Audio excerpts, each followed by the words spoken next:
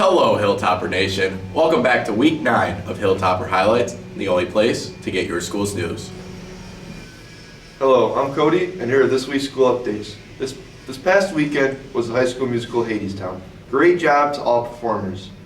We have a pre-ACT Tuesday for 9th and 10th graders. 11th and 12th graders will have a virtual learning day. Friday is the FFA banquet starting at 5 in the community room. That's it for school updates, and now for AJ with sports. Thank you, Cody. Now with sports. Varsity track has a meet Saturday at New Lisbon at 9 a.m. Softball has a game Tuesday at home against Randolph at 5. Thursday they have a game at Green Lake at 5. Last week, baseball won their home opener against Berlin 10-11. Tuesday they have a game home against Randolph at 5. Thursday they have a game at Randolph at 5-2. Friday, game at Woodside Mawson starts at 11 a.m. Golf has a meet Tuesday at Lake Breeze Golf Course. Now to Jasmine with the weather. Thank you, AJ, and now straight to weather. On Monday, we have a high of 36 and a low of 20. It'll be partly cloudy. And on Tuesday, we have a high of 43 and a low of 27, mostly cloudy. On Wednesday, we have a high of 53 and a low of 36, mostly sunny.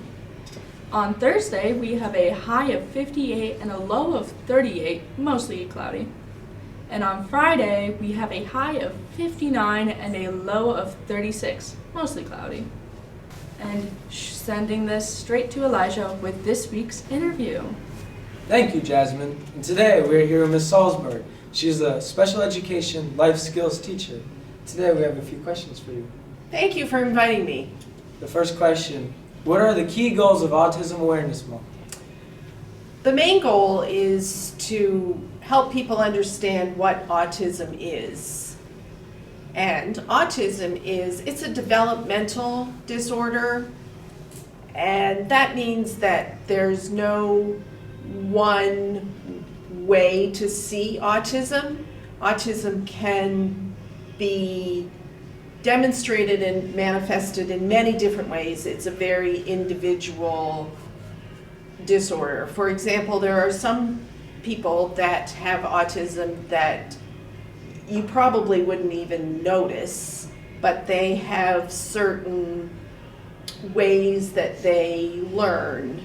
And there are other students who have autism that it's a little more visible. For example, they have difficulty learning language, or they have a part of their developmental brain that they're not as on target academically as their peers. And there are some students that are completely nonverbal, but yet they understand visually. And so when I work with those students, I have curriculum, and they do their learning and their life skills with pictures. So for example, right now my class is in the foods room cooking, but their whole recipe is all pictures so they can follow the instructions without verbal dialogue. Our next question, how would you go about getting diagnosed with autism? Well, there are two avenues to be diagnosed. One is through the education system, and the school leadership and the school psychologists do testing and benchmark placement, and the key to that is this developmental disorder hindering the child's advancement in the curriculum?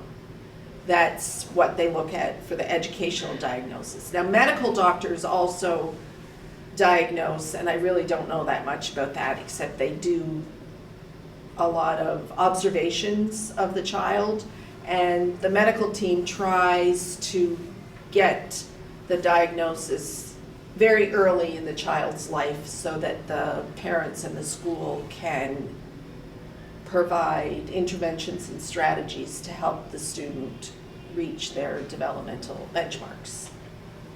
So I think I have the best job in the school. I would agree, you have a great job. Well, there's two things. One, I have the same group of students for many years, and it's just fun. I do all sorts of activities with them. We go to yoga, we go to swimming lessons, we cook, and it allows me to be creative in how we present the academic curriculum.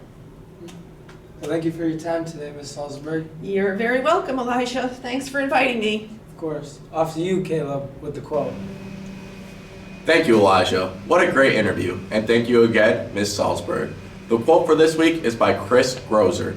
Opportunities don't happen, you create them. Thank you so much for watching the news this week. Come back next week for more of your school's news.